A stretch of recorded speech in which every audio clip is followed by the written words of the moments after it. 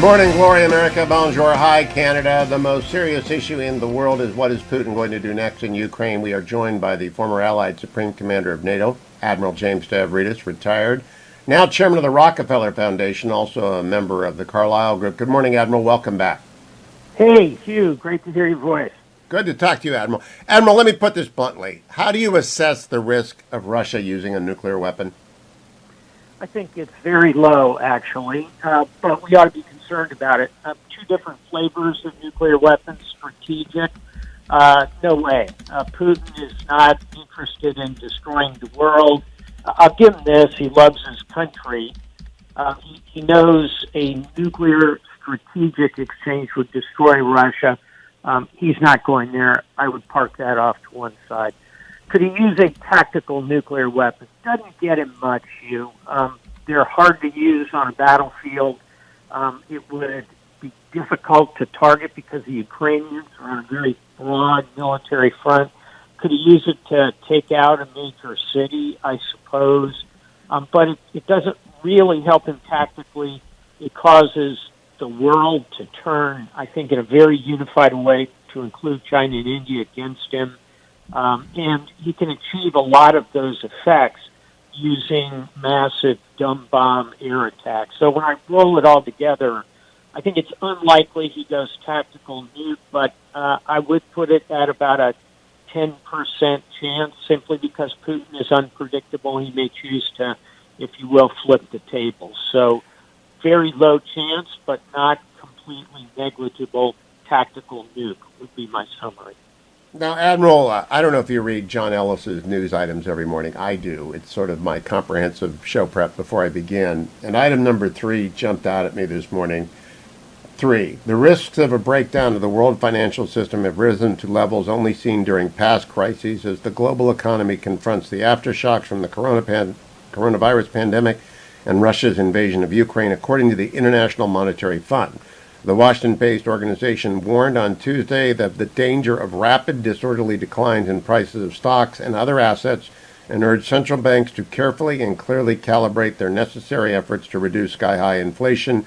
Quote, the global environment is very fragile, IMF financial counselor Tobias Adrian wrote in a foreword to the fund's latest global financial stability report. Quote, financial stability risks have increased and the balance of risk is tilted to the downside. The reason I joined that to the Putin discussion is if he wants to wreck the world's economy the way the world has wrecked his economy, he uses one tactical nuclear weapon, Admiral. Am I right? I think it would create a massive response globally and economically and be very dangerous. So I think the key word in everything you just said is fragile.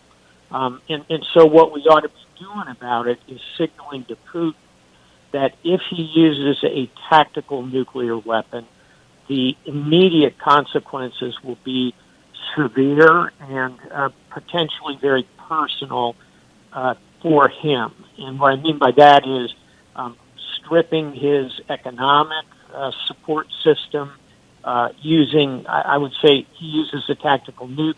I think NATO would then put in a no-fly zone. That would defeat any chance he has of success, even in the limited efforts he's taking today in Ukraine.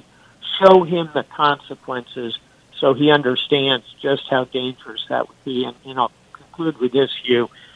This is the point that China and India, their leaders, Xi and Modi, need to be making to Putin that it's unacceptable to use a nuke, not only for all the moral and ethical reasons, but also for the economic reasons that the analyst points out. Now, Admiral, here's what I'm worried about, is that Putin is a greedy son of a gun, as are all of the oligarchs, and they've lost a lot of money.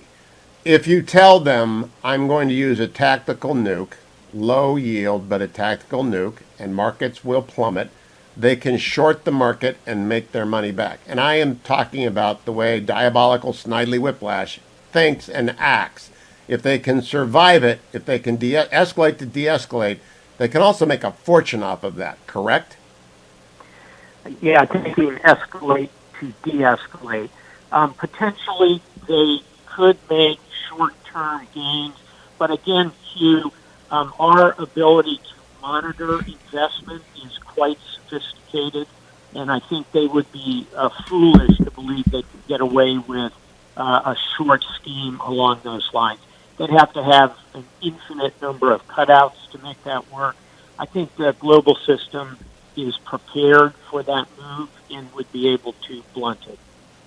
Okay, you have confidence that I don't have. I want to play for you the president's response to Jake Tapper last night, cut 28. Do you think Putin is a rational actor? I think he is a rational actor who's miscalculated significantly. I think he thought, you may recall, I pointed out that they were going to invade, that those 100,000 or more troops there, and no one believed that he was going to invade Ukraine. You listen to what he says. If you listen to the speech he made after, when that decision was being made, he talked about the whole idea of he was needed to be the leader of Russia that united all the Russian speakers. I mean, I just think it's irrational. So if he's not rational and No, I didn't say he's not rational. You said the speech wasn't I think the speech is Okay. His objectives were not right. I think he thought, Jake, I think he thought he's going to be welcomed with open arms. That this has been the home of Mother Russia in Kyiv, and he was going to be welcomed. And I think he just totally miscalculated. So it's interesting. Admiral, your John, reaction you to hear the exchange. President Biden. Here's where I am on Putin. I think Putin is rational. I don't think we're dealing with Mad King George with nuclear weapons here. I don't think he sees dead people. I think he's entirely sane, and I think if you put yourself in his shoes, his KGB officer loafers, and you realize that he truly believes the breakup of the Soviet Union was the greatest tragedy of the 20th century. And he actually believes that Russia's nationalist destiny includes ownership of Ukraine. And you listen to him, it's a rational line of thought. It just happens to be wrong and built on a lot of falsehoods, and also is full of propaganda and nonsense that's deliberately inserted. For example, saying that the regime in Kyiv are a bunch of Nazis. Clearly they're not. So, yeah, he's a rational actor. He's a spy master who has ascended to great power, and we ought to understand what it is he's saying and thinking and doing so we can stay a step or two ahead of him. So, yes, I think Putin is rational, but very dangerous. Yeah, I wish the president had said that. He didn't. Last comment, Admiral. Financial Times reporting on the appointment of Sergei Sorokin to be the general in charge. He is known as General Armageddon. Sorokin is like Marshal Zhukov, commander of the Soviet Union. He's a tough guy who knows how to run a war. He's a real beast, not some dumb vodka-drinking guy or a pseudo-intellectual. He's a real fighter. He isn't scared to tell the higher-ups the truth. What do you make of the appointment? What's it portend? Well, there's a philosophical piece and a practical piece. The philosophical piece is that everybody who Putin has had in command, and by the way, he's fired 3 Army generals. This guy is an Air Force general. He's the head of their Air Force.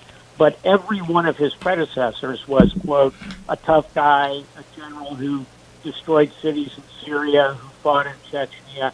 So he's simply one more philosophically general, in this case an Air Force general instead of an Army general. So philosophically, no change here. Practically, that's the point. He's an Air Force general. He's in command of their Air Force. He's been picked because the Army has failed so far, but also because Putin is shifting to a campaign of air attack because he can't make the ground work. So he's going to go to the air, and he's going to try and do a attack London with V2 kind of blitzes, going after the cities, hoping to break the morale of the Ukrainians. I think it's a bad bet. I think this general will fail like the previous 3. He just happens to be wearing an Air Force uniform instead of an Army uniform. We've got a minute left, Admiral. Ukraine said it reclaimed 5 more settlements in the key southern region of Kherson.